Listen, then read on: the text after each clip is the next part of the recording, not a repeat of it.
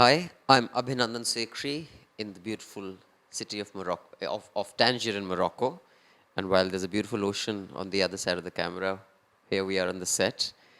And this book is called The Future World Order, a Global Legitimacy Crisis, written by this wonderful lady here. Now, Dr. Maha Hussain Aziz is a professor at NYU. She's a blogger, and she has many degrees. But we won't talk about that, Dr. Aziz, or should I call you Maha? Okay, so Maha, I think you might want to use that. So I'll get into what the book is about, but for our audience, just encapsulate what is your thesis. You say that Yes, technology is causing a legitimacy crisis, and it didn't just right. start now with Brexit and Trump. It set into motion in 2009. Exactly. Why and how? Yeah, I believe that nowadays we're all so emotional. We're so overly reactionary to what President Trump says and tweets, and the same issue in the UK about Brexit. But in fact, a lot of the trends we see today have been building for over 10 years. The US position in the world has been discussed and debated since at least a decade. It didn't start just with President Trump saying that the US won't be in charge of the world anymore. So that represents a geopolitical crisis. Who's in charge of the new world order? And that question, the fact that we have uncertainty, is definitely a threat to stability.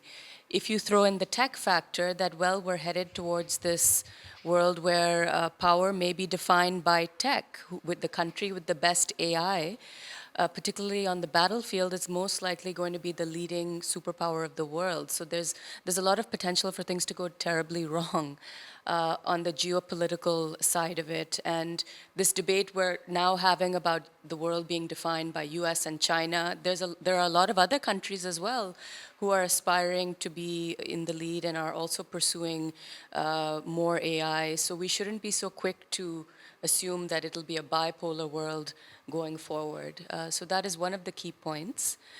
And when you say there's a legitimacy crisis, do you mean institutions across the world are struggling to be relevant, to be believable? And by that, you mean governments, you mean Yes. the media, or you mean just everything is being questioned, everything I is up in the air? personally, I feel everything is being questioned. You know, we're questioning the world order in terms of who's in charge. That's geopolitical, as I mentioned. Secondly, we are very much questioning the political status quo. It's not just about the Arab Spring countries and the upheaval that happened there.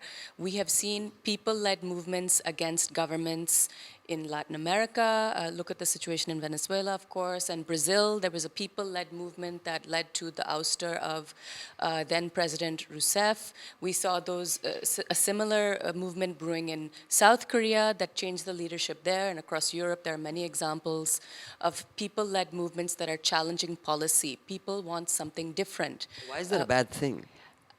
It's not necessarily a bad thing. It is important for us as individual citizens to question what is in front of us and question our governments.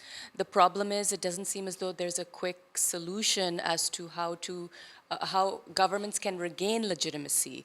And now the major question we're faced with is whether democracy is the best system. We assumed it was because, as Fukuyama argued, democracy post-Cold War was the end of history, there would be nothing else. But now we are questioning whether democracy is maybe not the best system. So that Are is an we really? important, sorry? Are we really? I would argue yes. I mean, maybe not. So what would you prescribe? That is a tough question. What I've subtly argued in the book is that we need to figure out ways to leverage tech to reduce that legitimacy gap, to create more dialogue between citizen and government. How can we use tech as a tool? There have been efforts towards that, and there's also now an effort to crowdsource policy so that the average citizen can have more input on policy that might be relevant to their particular interests. I believe in Finland, they crowdsource a traffic law, not a controversial law, but the idea that this was an opportunity to make governance more inclusive, which reduces the legitimacy gap and reduces the frustration that the average citizen feels. But there has been levels of that the world over. For example, apparently in Switzerland, you can engineer constitutional amendment if you have 50,000 people signing on a petition. Brazil, the budget is Right. made bottom up Yes. rather than just a bunch of bureaucrats in the room. So I think there have been, There have been efforts. Yeah. models of that. But I don't know to what extent a film like Vice, which I watched on the flight to Morocco, is true. But the old order gave us a Dick Cheney and the war that, if you were to believe the film, he engineered. Um, there have been enough instances of very unquestioningly legitimate institutions uh, taken us down paths which have been disasters. So I'm just pushing back on. Neil Postman had written a book in the 70s, Amusing Ourselves to Death, and he Okay. had said that television will be the death of America. It'll become the dumbest thing. There'll be just a bunch of idiots. But television actually made people smarter. There was a lot more people who watched reality shows, but there were a lot more people who also watched news than read, academic texts. So Right. I'm just wondering, while there may be legitimate concerns, uh, wouldn't you be optimistic that eventually, if history has taught us anything, is that the best ideas do prevail? We learn to navigate the dangers and Sure. come to a better equilibrium. I mean, I want to be optimistic like you, and over time things could improve, but I guess that's the point. In the short term, we are faced with this crisis of democracy globally. We are. We do have this uncertainty about who's in charge, and if global challenges come up, and they already exist, who will take the lead on it? There's a big question mark. So this is quite a departure from the early years of the post-Cold War. I think the other concern we should be talking about is the fact that because the US is no longer in that traditional hegemonic role and leading the world in terms of promoting democracy or human rights, and not every country agreed with their approach, the reality is that has shifted. And who is filling that gap? Which country or which actor is now going to promote values that can lead the international community? The reality is, at this point, I feel that it's unfortunate that the voice of certain extremist groups, certain xenophobes, is perhaps stronger. There's no counter narrative. It's not coming out of the mouths of government actors, and I think that's where we need to be concerned about this growing xenophobia. And if you want to take a historical view, as you did, a lot of the trends we see today are reminiscent of what we saw in the early years before the First World War. That was the first era of globalization. Then we saw xenophobia, and then we saw a major conflict. So is this simply history repeating itself? Is this just human nature playing out where we become more xenophobic? That is a concern. So I think there are positive ways to leverage tech to promote a global identity, to promote, as I said, a counter narrative to xenophobic and extremist messaging, but I don't see that. The only world leader I respect at the moment is the Prime Minister of New Zealand. The way she handled the extremist attack there was quite remarkable, and she immediately launched a campaign to fight online extremism with President Macron of France.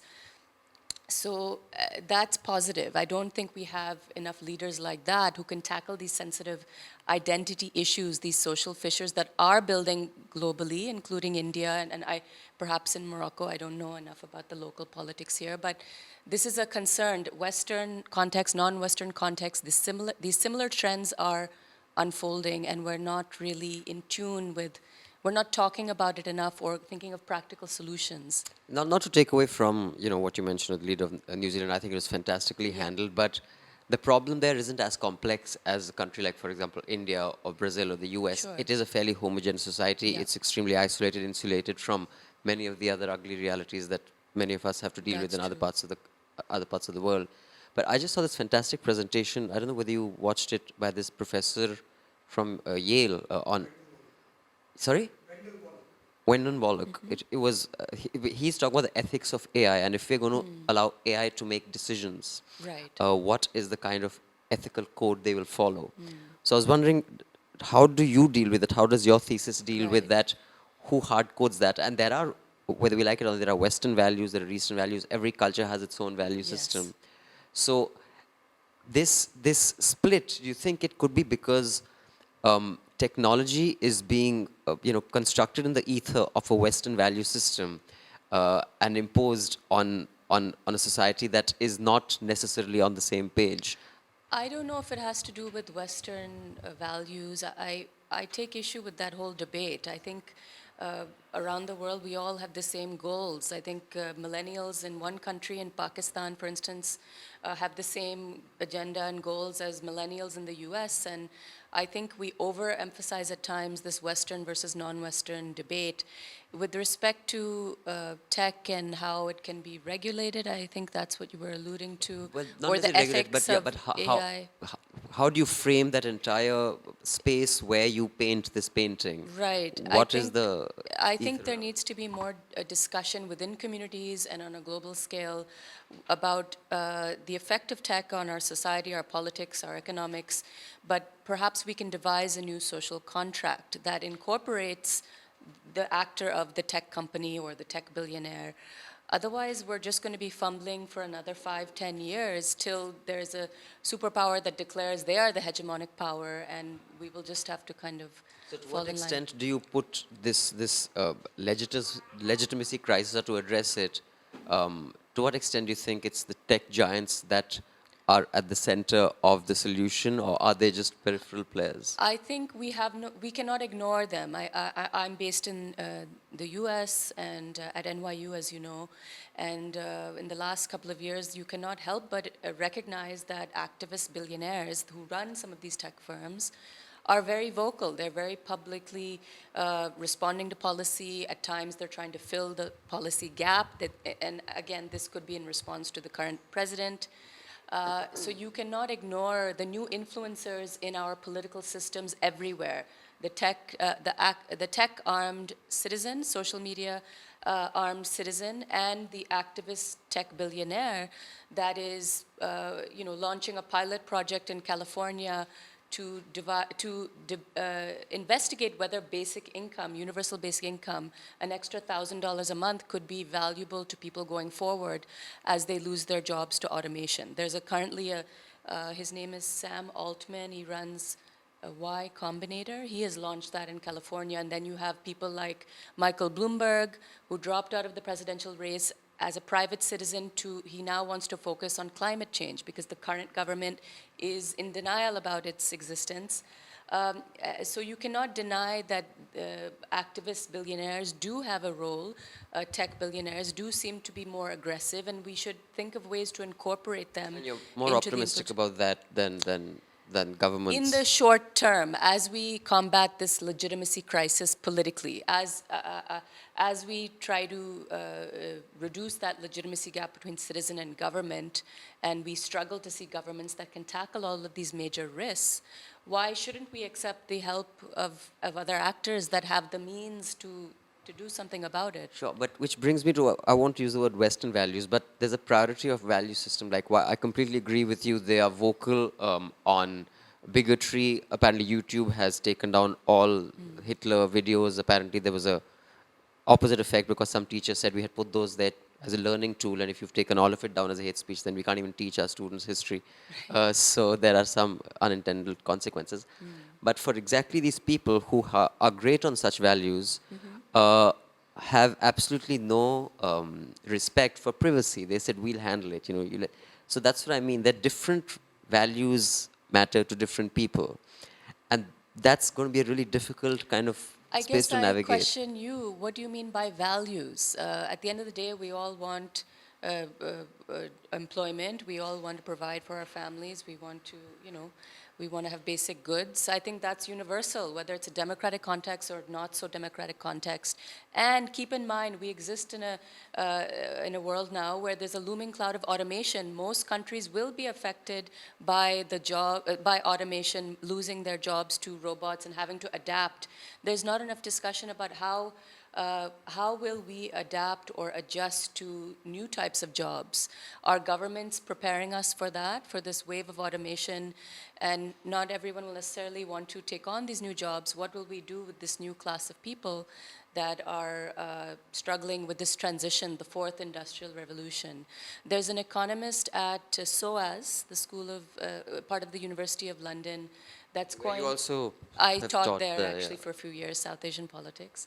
But he has coined this term called the precariats. They are a new emergent social class globally that has no or little occupational identity. They've sort of been left behind by globalization, perhaps, or they've been hit by the global youth unemployment crisis that has existed recurrently for the past few years. How will they fare in this new global economy that is going to be creating new types of jobs? I think there are few governments that are talking about this, and where I'm based right now in the US, the current government is talking about bringing factory jobs back as opposed to preparing us for new types of jobs that will come with this wave of automation. There's one presidential candidate I should mention who's focused in on this. He says, his name is Andrew Yang, he's a Brown alum, and where I went to college as well, and he says that in the next 5 years, 40% of jobs in retail, in transport, in food will be wiped away by automation. And are we prepared for that? And he has proposed in his book, and as part of his Democratic presidential platform, that we should introduce UBI, Universal Basic Income. And I know a lot of tech billionaires in the US are debating this quite a lot in the public, that we should tax tech companies because they will be making so much money that that tax should go towards the people who will lose their jobs or towards retraining them for these new jobs. We are going to be faced with a lot of unemployment and frustrated people.